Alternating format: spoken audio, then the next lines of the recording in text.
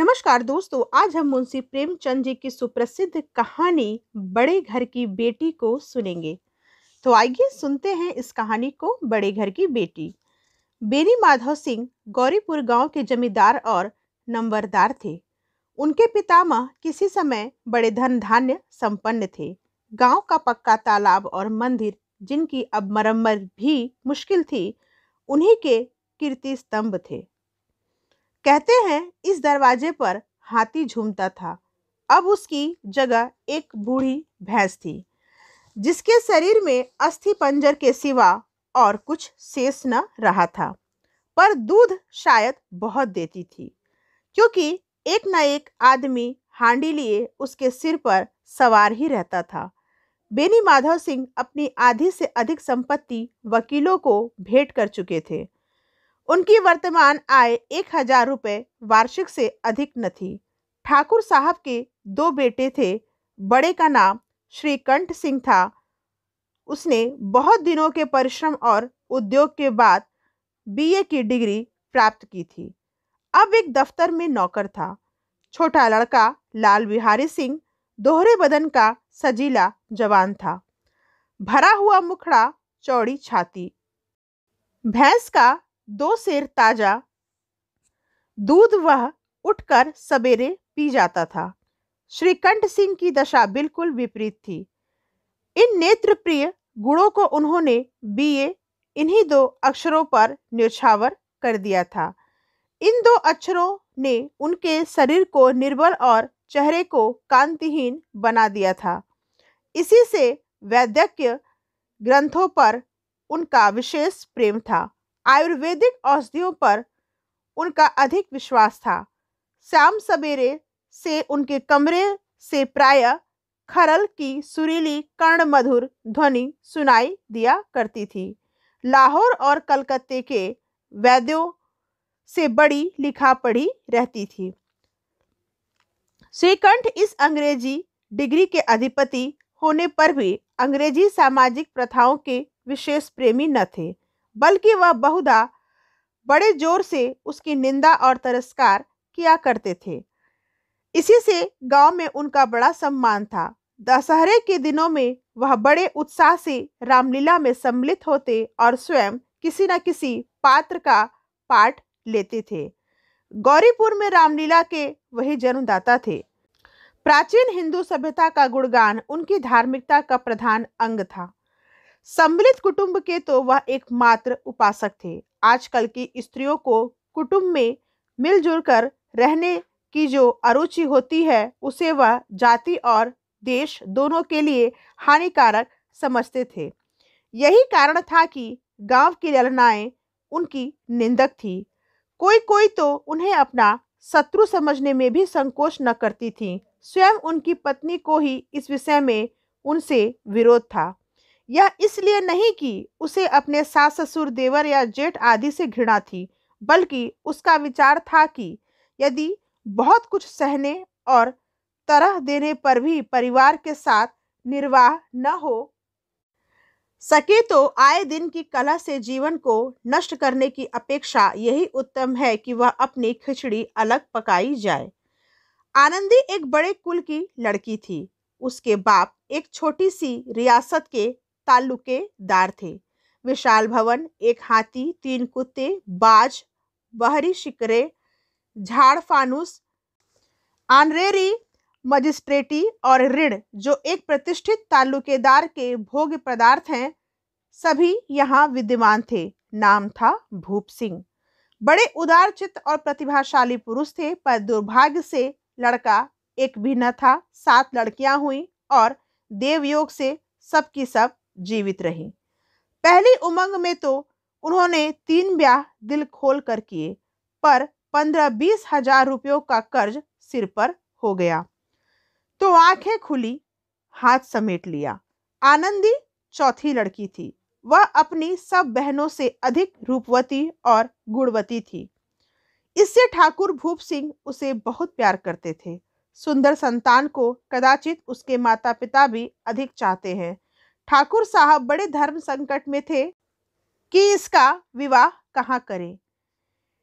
न तो यही चाहते थे कि ऋण का बोझ बढ़े और न यही स्वीकार था कि उसे अपने को भाग्यहीन समझना पड़े।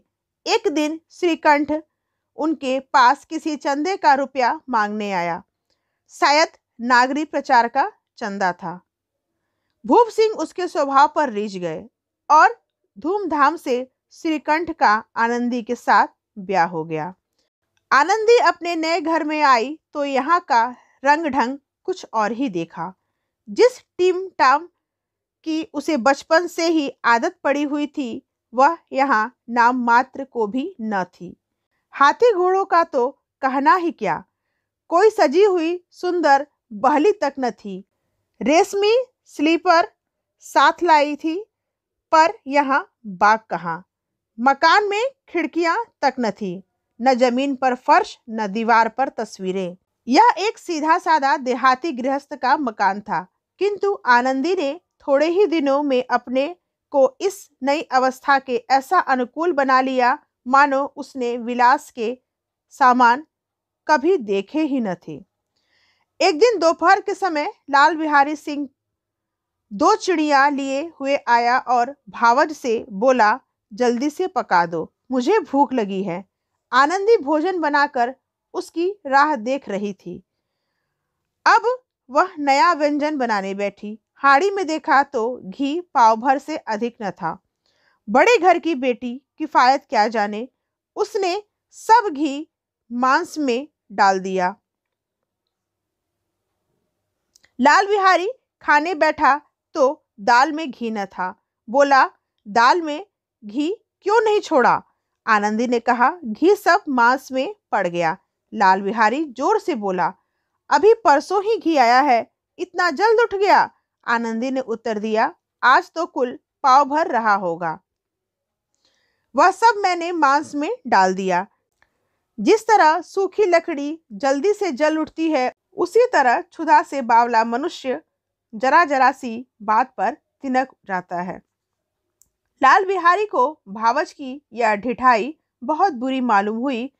तिनक कर बोला, मैके में तो चाहे घी की नहदी बहती हो, स्त्रियां गालियां सह लेती हैं, मार भी सह लेती हैं, पर मैके की निंदा उससे नहीं सही जाती। आनंदी मुंह फेर कर बोली, हाथी मरा भी तो 9 लाख का, वहां इतना घी नित्य नाई कहार खा जाते हैं। लाल बिहारी जल गया। थाली उठाकर पलट दी और बोला, जी चाहता है जीभ पकड़कर खींच लूं। आनंदी को भी क्रोध आ गया, मुंह लाल हो गया। बोली, वह होते तो आज इसका मजा चखाते। अब अपड़ उज्जड ठाकुर से न रहा गया। उसकी स्त्री एक साधारण जमींदार की बेटी थी। जब जी चाहता उस पर हाथ साफ कर लिया करता था। खड़ाऊ उठाकर आनंदी की ओर जोर से फेंकी और बोला, जिसके गुमान पर भूली हुई हो उसे भी देखूंगा और तुम्हें भी। आनंदी ने हाथ से खड़ाऊ रोकी, सिर बच गया, पर उंगली में बड़ी चोट आई। क्रोध के मारे हवा से हिलते पत्ते की भांति कांपती हुई अपने कमरे में जाकर खड़ी हो गई। स्त्री का बल और साहस, मान और मर्यादा पति तक है। उसे अपने पति के ही बल और पुरुषत्व का घमंड होता है। आनंदी खून का घूंट पीकर रह गई। श्रीकंठ सिंह शनिवार को घर आया करते थे। बृहस्पतिवार को यह घटना हुई थी। 2 दिन तक आनंदी को भवन में रही, न कुछ खाया न पिया, उनकी बाट देखती रही। अंत में शनिवार को वह नियमानुकूल संध्या समय घर आए और बाहर बैठकर कुछ इधर उधर की बातें, कुछ देश काल संबंधी समाचार तथा कुछ नए मुकदमे आदि की चर्चा करने लगे। यह वार्तालाप 10 बजे रात तक होता रहा। गांव के भद्र पुरुषों को इन बातों में ऐसा आनंद मिलता था कि खाने पीने की भी सुधि न रहती थी। श्रीकंठ को पिंड छुड़ाना मुश्किल हो जाता था। ये 2-3 घंटे आनंदी ने बड़े कष्ट से काटे। किसी तरह भोजन का समय आया, पंचायत उठी, एकांत हुआ तो लाल बिहारी ने कहा, भैया आप जरा भाभी को समझा दीजिएगा कि मुंह संभाल कर बातचीत किया करे, नहीं तो एक दिन अनर्थ हो जाएगा। बेनी माधव सिंह ने बेटे की ओर से साक्षी दी, हाँ, बहु बेटियों का यह स्वभाव अच्छा नहीं कि मर्दों के मुंह लगे। लाल बिहारी कहता है, वह बड़े घर की बेटी है, तो हम भी कोई कुर्मी कहार नहीं है। श्रीकंठ ने चिंतित स्वर से पूछा, आखिर बात क्या हुई? लाल बिहारी ने कहा, कुछ भी नहीं, यूं ही आप उलझ पड़ी। मैके के सामने हम लोगों को कुछ समझती ही नहीं। श्रीकंठ खा पी कर आनंदी के पास गए। वह भरी बैठी थी। यह हजरत भी कुछ तीखे थे। आनंदी ने पूछा, चित्त तो प्रसन्न है? श्रीकंठ बहुत प्रसन्न है, पर तुमने आजकल घर में यह क्या उपद्रव मचा रखा है? आनंदी की त्योरियों पर बल पड़ गए। झुंझलाहट के मारे बदन में ज्वाला सी दहक उठी। बोली, जिसने तुमसे यह आग लगाई है उसे पाऊं तो मुंह झुलस दूं। श्रीकंठ, इतनी गर्म क्यों होती हो? बात तो कहो। आनंदी, क्या कहूं? यह मेरे भाग्य का फेर है, नहीं तो गंवार छोकरा जिसको चपरासगिरी करने का भी शऊर नहीं, मुझे खड़ाऊ से मारकर यूं न अकड़ता। श्रीकंठ, सब हाल साफ साफ कहो तो मालूम हो, मुझे तो कुछ पता नहीं।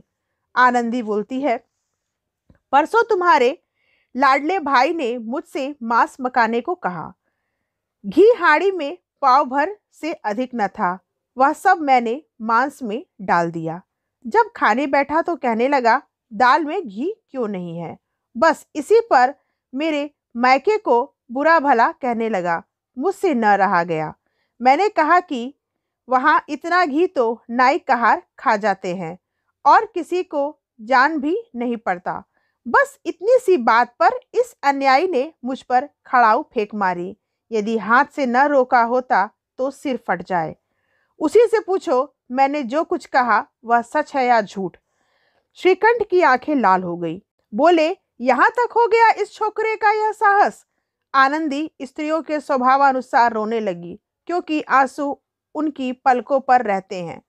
श्रीकंठ बड़े धैर्यवान और शांत पुरुष थे। उन्हें कदाचित ही कभी क्रोध आता था। स्त्रियों के आंसू पुरुषों की क्रोधाग्नि भड़काने में तेल का काम कर देते हैं। रात भर करवटें बदलते रहे।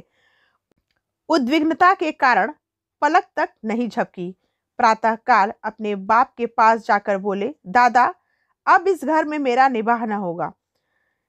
इस तरह की विद्रोहपूर्ण बातें कहने पर श्रीकंठ ने कितनी ही बार अपने कई मित्रों को आड़े हाथों लिया था, परंतु दुर्भाग्य आज उन्हें स्वयं वे ही बातें अपने मुंह से कहनी पड़ी। दूसरों को उपदेश देना भी कितना सहज है। बेनी माधव सिंह घबरा उठे और बोले, क्यों? श्रीकंठ बोलता है, इसलिए कि मुझे भी अपनी मान प्रतिष्ठा का कुछ विचार है। आपके घर में अब अन्याय और हठ का प्रकोप हो रहा है। जिनको बड़ों का आदर सम्मान करना चाहिए वे उनके सिर चढ़ते हैं। मैं दूसरे का नौकर ठहरा, घर पर रहता नहीं। यहाँ मेरे पीछे स्त्रियों पर खड़ाऊ और जूते की बौछार होती है। कड़ी बात तक चिंता नहीं, कोई एक की दो कह ले, वहां तक मैं सह सकता हूं, किंतु यह कदापि नहीं हो सकता कि मेरे ऊपर लात घूसे पड़े और मैं दम न मारूं। बेनी माधव सिंह कुछ जवाब न दे सके। श्रीकंठ सदैव उनका आदर करते थे। उनके ऐसे तेवर देखकर बूढ़ा ठाकुर अवाक रह गया। केवल इतना ही बोला, बेटा, तुम बुद्धिमान होकर ऐसी बात करते हो। स्त्रियां इस तरह घर का नाश कर देती हैं, उनको बहुत सिर चढ़ाना अच्छा नहीं। श्रीकंठ कहता है, इतना मैं जानता हूं, आपके आशीर्वाद से ऐसा मूर्ख नहीं हूं। आप स्वयं जानते हैं कि मेरे ही समझाने बुझाने से इस गांव में कई घर संभल गए, पर जिस स्त्री की मान प्रतिष्ठा का ईश्वर के दरबार में उत्तरदाता हूं, उसके प्रति ऐसा घोर अन्याय और पशुवत व्यवहार मुझे असह्य है। आज सच मानिए, मेरे लिए यही कुछ कम नहीं कि लाल बिहारी को कुछ दंड नहीं देता। अब बेनी माधव सिंह गरमाए, ऐसी बात और न सुन सके। बोले, लाल बिहारी तुम्हारा भाई है, उससे जब कभी भूल चूक हो उसके कान पकड़ो। लेकिन श्रीकंठ कहते हैं, लाल बिहारी को मैं अपना, ये लाइन फिर से बोल रहे हैं, श्रीकंठ कहते हैं, लाल बिहारी को मैं अब अपना भाई नहीं समझता। बेनी माधव सिंह, स्त्री के पीछे? श्रीकंठ, जी नहीं, उसकी क्रूरता और अविवेक के कारण। दोनों कुछ देर चुप रहे। ठाकुर साहब लड़के का क्रोध शांत करना चाहते थे, लेकिन यह नहीं स्वीकार करना चाहते थे कि लाल बिहारी ने कोई अनुचित काम किया है। इसी बीच में गांव के और कई सज्जन हुक्के चीलम के बहाने वहां आ बैठे। कई स्त्रियों ने जब यह सुना कि श्रीकंठ पत्नी के पीछे पिता से लड़ने को तैयार है तो उन्हें बड़ा हर्ष हुआ। दोनों पक्षों की मधुर वाणियां सुनने के लिए उनकी आत्माएं तिल मिलाने लगी। गांव में कुछ ऐसे कुटिल मनुष्य भी थे जो इस कुल की नीतिपूर्ण गति पर मन ही मन जलते थे। वे कहा करते थे कि श्रीकंठ अपने बाप से दबता है इसलिए वह दब्बू है, उसने विद्या पढ़ी इसलिए वह किताबों का कीड़ा है। बेनी माधव सिंह उसकी सलाह के बिना कोई काम नहीं करते, यह उनकी मूर्खता है। इन महानुभावों की शुभकामनाएं आज पूरी होती दिखाई दी। कोई हुक्का पीने के बहाने और कोई लगान की रसीद दिखाने आकर बैठ गया। बेनी माधव सिंह पुराने आदमी थे, इन भावों को ताड़ गए। उन्होंने निश्चय किया, चाहे कुछ ही क्यों न हो, इन द्रोहियों को ताली बजाने का अवसर न दूंगा। तुरंत कोमल शब्दों में बोले, बेटा, मैं तुमसे बाहर नहीं हूं, तुम्हारा जो जी चाहे करो। अब तो लड़के से अपराध हो गया। इलाहाबाद का अनुभव रहित झल्लाया हुआ ग्रेजुएट इस बात को न समझ सका। उसे डिबेटिंग क्लब में अपनी बात पर अड़ने की आदत थी। इन हथकंडों की उसे क्या खबर। बाप ने जिस मतलब से बात पलटी थी वह उसकी समझ में न आई। बोला, लाल बिहारी के साथ अब इस घर में नहीं रह सकता। बेनी माधव कहते हैं, बेटा, बुद्धिमान लोग मूर्खों की बात पर ध्यान नहीं देते। वह बेसमझ लड़का है, उससे जो कुछ भूल हुई उसे तुम बड़े होकर क्षमा करो। श्रीकंठ कहता है, उसकी इस दुष्टता को मैं कदापि नहीं सह सकता। या तो वही घर में रहेगा या मैं ही। आपको यदि वह अधिक प्यारा है तो मुझे विदा कीजिए, मैं अपना भार आप संभाल लूंगा। यदि मुझे रखना चाहते हैं तो उससे कहिए जहां चाहे चला जाए। बस यह मेरा अंतिम निश्चय है। लाल बिहारी सिंह दरवाजे की चौखट पर चुपचाप खड़ा बड़े भाई की बातें सुन रहा था। वह उनका बहुत आदर करता था। उसे कभी इतना साहस न हुआ था कि श्रीकंठ के सामने चारपाई पर बैठ जाए, हुक्का पी ले या पान खा ले। बाप का भी वह इतना मान न करता था। श्रीकंठ का भी उस पर हार्दिक स्नेह था। अपने होश में उन्होंने कभी उसे घुड़का तक न था। जब वह इलाहाबाद से आते तो उसके लिए कोई न कोई वस्तु अवश्य लाते। मुकद्दर की जोड़ी उन्होंने ही बनवा दी थी। पिछले साल जब उसने अपने से डोढ़े जवान को नाग पंचमी के दिन दंगल में पछाड़ दिया तो उन्होंने पुलकित होकर अखाड़े में ही जाकर उसे गले से लगा लिया था। 5 रुपए के पैसे लुटाए थे। ऐसे भाई के मुंह से आज ऐसी हृदय विदारक बात सुनकर लाल बिहारी को बड़ी ग्लानि हुई। वह फूट फूट कर रोने लगा। इसमें संदेह नहीं कि अपने किए पर पछता रहा था। भाई के आने से एक दिन पहले से उसकी छाती धड़कती थी कि देखूं भैया क्या कहते हैं।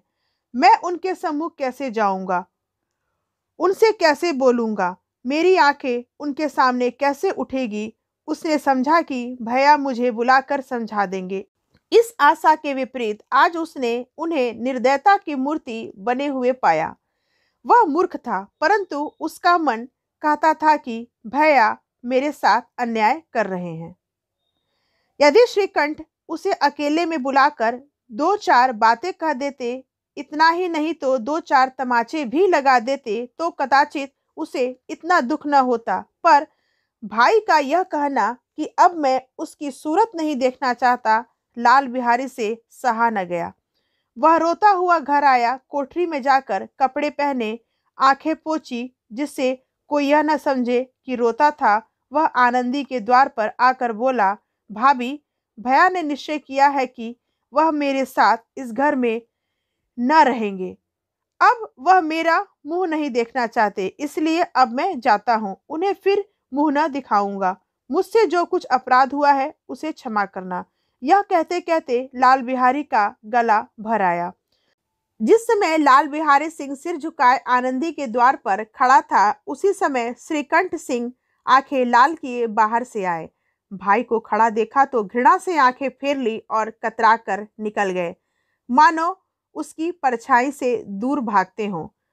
आनंदी ने लाल बिहारी की शिकायत तो की थी, लेकिन अब मन में पछता रही थी। वह स्वभाव से दयावती थी। उसे इसका तनिक भी ध्यान न था कि बात इतनी बढ़ जाएगी। वह मन में अपने पति पर झुंझला रही थी कि यह इतने गर्म क्यों होते हैं। उस पर यह भय भी लगा हुआ था कि कहीं मुझसे इलाहाबाद चलने को कहे तो कैसे क्या करूंगी। इस बीच में जब उसने लाल बिहारी को दरवाजे पर खड़े यह कहते सुना कि अब मैं जाता हूँ, मुझसे जो कुछ अपराध हुआ है क्षमा करना, तो उसका रहा सहा क्रोध भी पानी हो गया। वह रोने लगी। मन का मैल धोने के लिए नैन जल से उपयुक्त और कोई वस्तु नहीं। श्रीकंठ को देखकर आनंदी ने कहा, लाला बाहर खड़े बहुत रो रहे हैं। श्रीकंठ कहता है, तो मैं क्या करूं? आनंदी कहती है, भीतर बुला लो, मेरी जीभ में आग लगे, मैंने कहां से यह झगड़ा उठाया। श्रीकंठ कहता है, मैं न बुलाऊंगा। आनंदी कहती है, पछताओगे, उन्हें बहुत ग्लानि हो गई है, ऐसा न हो कहीं चल दें। श्रीकंठ न उठे। इतने में लाल बिहारी ने फिर कहा, भाभी भैया से मेरा प्रणाम कह दो, वह मेरा मुंह नहीं देखना चाहते, इसलिए मैं भी अपना मुंह उन्हें न दिखाऊंगा। लाल बिहारी इतना कहकर लौट पड़ा और शीघ्रता से दरवाजे की ओर बढ़ा। अंत में आनंदी कमरे से निकली और उसका हाथ पकड़ लिया। लाल बिहारी ने पीछे फिर कर देखा और आंखों में आंसू भरे बोला, मुझे जाने दो। आनंदी कहती है, कहाँ जाते हो? लाल बिहारी, जहाँ कोई मेरा मुंह न देखे। आनंदी, मैं न जाने दूंगी। लाल बिहारी, मैं तुम लोगों के साथ रहने योग्य नहीं हूं। आनंदी, तुम्हें मेरी सौगंध, अब एक पग भी आगे न बढ़ाना। लाल बिहारी, जब तक मुझे यह न मालूम हो जाए कि भैया का मन मेरी तरफ से साफ हो गया है, तब तक मैं इस घर में कदापि न रहूंगा। आनंदी, मैं ईश्वर का साक्षी देकर कहती हूँ कि तुम्हारी ओर से मेरे मन में तनिक भी मैल नहीं है। अब श्रीकंठ का हृदय भी पिघला। उन्होंने बाहर आकर लाल बिहारी को गले लगा लिया। दोनों भाई फूट फूट कर रोए। लाल बिहारी ने सिसकते हुए कहा, भैया अब कभी मत कहना कि तुम्हारा मुंह न देखूंगा। इसके सिवा आप जो दंड देंगे मैं सहर्ष स्वीकार करूंगा। श्रीकंठ ने कांपते हुए स्वर में कहा, लल्लू इन बातों को बिल्कुल भूल जाओ। ईश्वर चाहेगा तो फिर ऐसा अवसर न आवेगा। बेनी माधव सिंह बाहर से आ रहे थे। दोनों भाइयों को गले मिलते देखकर आनंद से पुलकित हो गए।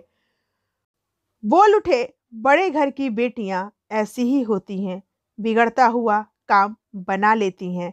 गांव में जिसने यह वृतांत सुना, उसी ने इन शब्दों में आनंदी की उदारता को सराहा। बड़े घर की बेटियां ऐसी ही होती हैं।